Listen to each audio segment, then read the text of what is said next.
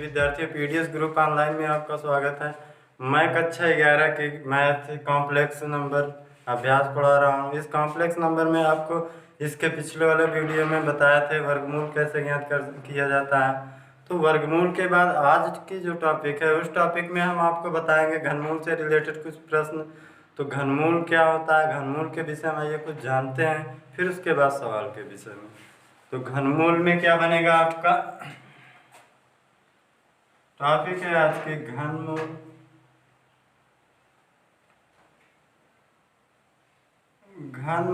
तो घनमूल से रिलेटेड कुछ बात करते हैं। जैसे मान लेते हैं कॉम्प्लेक्स नंबर की एक संख्या z आपका हो जाए z³ बराबर 1।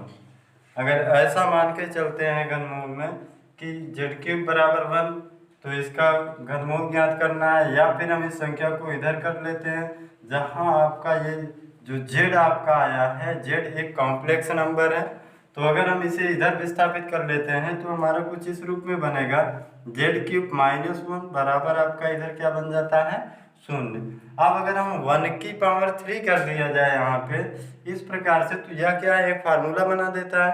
फार्मूला कैसा होगा, तो फार्मूला यहाँ पर a³ - b³ का लगेगा। तो a³ - b³ में क्या बनता है z-1। एक तो ऐसा बन जाएगा। जो अगला बनने वाला है वह क्या बनेगा z² माइनस आपका z बनेगा प्लस z बनेगा और प्लस का 1 इस रूप में बराबर 0। अब ये बनता है यहाँ कॉम्प्लेक्स नंबर जो z आपका मान चुके हैं यहाँ पे कि एक सामने संख्या के रूप में आया है। तो इसके बराबर हम वैल्यू निकालते हैं, z की कितनी वैल्यू निकलेंगी, यानी घनमूल की बात कर रहे हैं। तो यहाँ पर एक बार इसे 0 के बराबर दिखा देते हैं, जो ये हमारा आया। जब इसे 0 के बराबर यहाँ दिखाएंगे तो ये हो जाएगा z-1 बराबर आपका 0। तो z बराबर क्या बनने वाला है यहाँ पे 1। तो जो एक वर्गमूल की घनमूल की एक संख्या निकलेगी वह हमारा ये हो जाता है। दूसरा जो है हमारा ये, इसे जब 0 के बराबर दिखाएंगे z² + z आपका +1 बराबर 0। अब यहाँ से अगर हम z की वैल्यू ज्ञात करना चाहें तो z की वैल्यू ज्ञात करने के लिए क्या फैक्टर से नहीं निकाल सकते, या तो मध्य पद को तोड़कर भी नहीं बनेगा, वैसे भी नहीं बनेगा। तो यहाँ पर प्रयोग करते हैं श्रीधराचार्य का। तो श्रीधराचार्य का जो फार्मूला होता है वह होता है x बराबर -b प्लस माइनस रूट में b² - 4ac अपान में 2a। ये तो आपका फार्मूला होगा श्रीधराचार्य।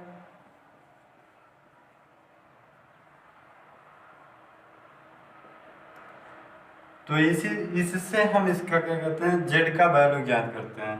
तो z की वैल्यू ज्ञात करने के लिए अगर हम यहाँ पे मान लेते हैं z बराबर तो माइनस आपका b, तो यहाँ देखेंगे b की वैल्यू कितना बनेगी 1 बनेगी, क्योंकि z का गुणांक 1 है तो 1 रखेंगे और प्लस माइनस। अब रूट में आपका क्या दिया गया है b² - 4ac। b का मान 1 है तो 1 का स्क्वायर माइनस आपका क्या हो जाएगा 4ac। 4 × a का मतलब z² की वैल्यू भी 1 है, c का मतलब 1 है। अपान में क्या बनेगा 2a। 2 आपका a की वैल्यू क्या बनेगी 1। इस प्रकार से अगर इसे हल करते हैं तो -1 प्लस माइनस, तो यहाँ पे क्या बन जाएगा 1 - 4 बनेगा। इसका ऊपर का है क्योंकि इसका स्क्वायर 1 आएगा, इन सब का गुणा 4 आएगा, अपान में गुणा कराएंगे तो 2 बन जाता है। तो यहाँ पर इस प्रकार से बनेगा। तो यह इसका हल कर सकते हैं -1 प्लस माइनस रूट में -3 के रूप में बनेगा और यहाँ पे बनता है 2। इस प्रकार से बनेगा। तो यह हम z बराबर लिख सकते हैं यहाँ पे दो वैल्यू।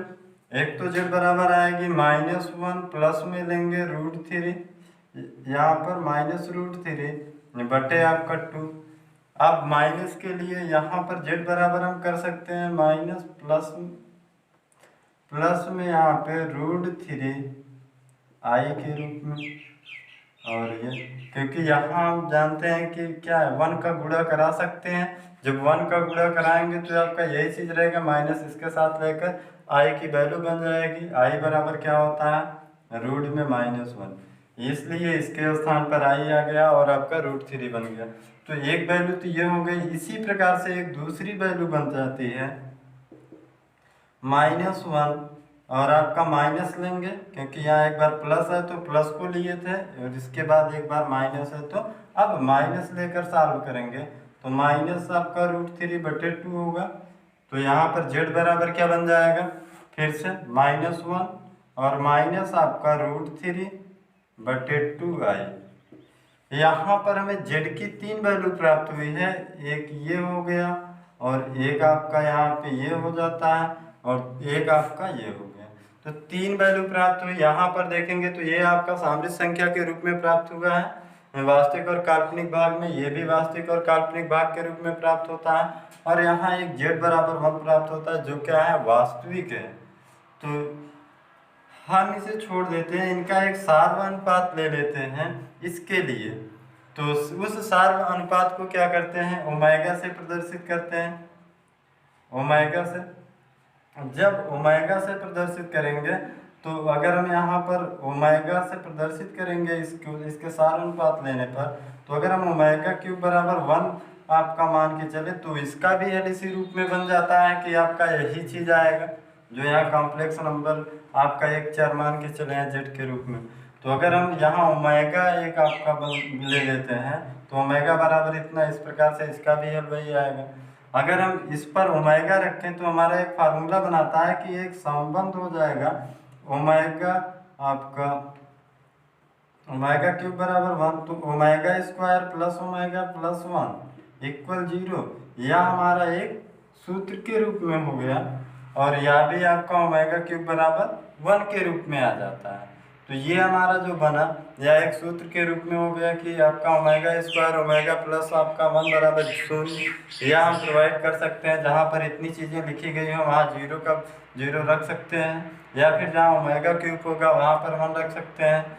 या इनमें और संबंध अगर ढूंढना है तो और संबंधों की बात करें, अगर हम कहें ओमेगा स्क्वायर बराबर क्या बनेगा, तो इन दोनों को पक्षांतर उस तरफ करेंगे तो इनकी वैल्यू आएगी वह हमारा क्या बनेगा, ओमेगा स्क्वायर बराबर इतना भी रख सकते हैं। या फिर ओमेगा बराबर अगर बात करें तो ओमेगा बराबर ओमेगा स्क्वायर प्लस 1 के रूप में रख सकते हैं। या अगर हम कहें 1 बराबर तो यहाँ पे आपका ब्रैकेट में क्या बनेगा, ओमेगा स्क्वायर प्लस ओमेगा, ये चीज़ बन जाता है। यानी कि जो घनमूल से संबंधित जो सवाल बनेंगे वो इन्हीं पर बनेंगे, आपको इतनी चीज़ों पर ध्यान देना होगा। तो ये तो हुआ उनका डेरिवेशन, आपका प्रसार हो गया कि अगर हम एक घनमूल ज्ञात करते हैं तो संख्या मान लेते हैं कि आपका घनमूल में z³ बराबर 1 कोई संख्या है, तो इसे इधर पक्षांतर करेंगे तो एक सूत्र के रूप में बन जाता है। जब सूत्र के रूप में बन गया तो इसका प्रसार ये होगा। अब यहाँ से एक वैल्यू तो इससे निकल जाएगी जो वास्तविक हो जाती है, और आपका एक इससे हल करेंगे तो आपका यहाँ पे 2 वैल्यू जेड की प्राप्त हो जाती हैं। तो ये काल्पनिक में आ गए, ये आपका वास्तविक में। कहने का मतलब ये हमारी सामरिक संख्याओं में, ये वास्तविक संख्याओं में केवल आ गया। तो हम यहाँ पर इसी का जो जेड लिए इसी का सार अनुपात एक व्यंजक मान लेते हैं आपका ओमेगा। तो ओमेगा जो होता है ओमेगा क्यूब बराबर 1, तो उसी का प्रसार की ओमेगा क्यूब बराबर 1 और इतना बराबर ये, तो इनसे एक संबंध निकल कर आता है जो हमारा ये बनाएगा। अब आइए देखते हैं इनसे जुड़ी कुछ सवाल है। तो उम्मीद करते हैं ये चीज़ें समझ में आई होंगी। इनमें जो आपका मुख्य है वो इतना ही है, ये 5 संबंधों को जानते रहिए। तो इनसे सवाल देखते हैं क्या बनेंगे।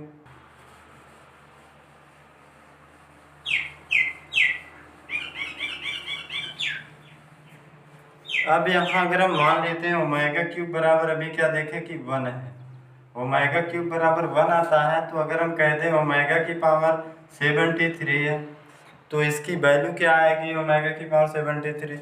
तो यहाँ पर जो हम देखेंगे तो क्या कर सकते हैं, इतना बराबर हम कुछ बना सकते हैं। जो बनाएंगे अगर मान लेते हैं क्यूब में ले लेते हैं ओमेगा में, तो इसकी ओमेगा क्यूब की घात क्या बनाएंगे, ये 73 ओमेगा की पावर के रूप में ही रह जाए। तो अगर हम 3 से भाग देंगे इसमें 73 में, तो मान लो 3 से भाग दिए 73 में, तो आपका हो जाएगा 3 दूना 6, 1 13, 3 चौक 12, इस प्रकार से। यानी कि हम ओमेगा की पावर यहाँ कितना कर सकते हैं, 24 3 72 हो जाता है। अगर 1 ओमेगा और इंटू में लिख दें तो 73। तो ये इस प्रकार से, क्योंकि 24 यहाँ 72 हुआ, एक घात और जुड़ेगी तो 73 के रूप में बन जाता है। इस प्रकार से अब हम ओमेगा क्यूब बराबर जानते हैं कितना मिला है हमें 1, तो यहाँ पे क्या रख सकते हैं 1। अब 1 की पावर आपका अगर 24 है, इंटू में ओमेगा है, तो इसका चाहे जितनी बार गुणा करें तो 1 ही आना है, इंटू में ओमेगा। इस प्रकार से तो इस प्रकार से बनेगा। तो इसके बाद आपका इंटू इसका करेंगे तो क्या मिलेगा हमें ओमेगा। तो ये इस सवाल का आंसर होगा। इसी प्रकार से और भी कोई सवाल हो जाए, जैसे ओमेगा की पावर 1/ओमेगा की पावर आपका हो जाए यहाँ पे -27।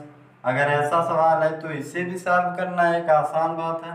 तो सॉल्व करने के लिए बिल्कुल यही प्रोसेस हम करते हैं। ओमेगा क्यूब बराबर जानते हैं 1 होता है। अब माइनस में घात है तो ये आपका ऐसे हल होगा नहीं, तो इससे माइनस को प्लस बनाना पड़ेगा। जब माइनस को प्लस बनाएंगे यानी कि ऊपर ले जाएंगे, तो यानी ये अंश में जाएगा तो ओमेगा की पावर 27 हो गया। अगर हम यहाँ पे इसी चीज़ को कर दें कि ओमेगा क्यूब, तो यहाँ पे 9 त्रिक 27 हो जाएगा, पूरा पूरा हो गया। यहाँ 1 रखेंगे, 1 की पावर 9 अर्थात क्या आएगा 1 हो जाता है। तो इस प्रकार से अगर ऐसी सवालें बन के आती हैं इस प्रकार से, तो इन्हें इस प्रकार से सॉल्व किया जा सकता है। या फिर कुछ प्रूफ करने वाले कुछ विस्तार है यानी सरल कीजिए, ऐसे कुछ सवाल हैं तो उनको देखते हैं।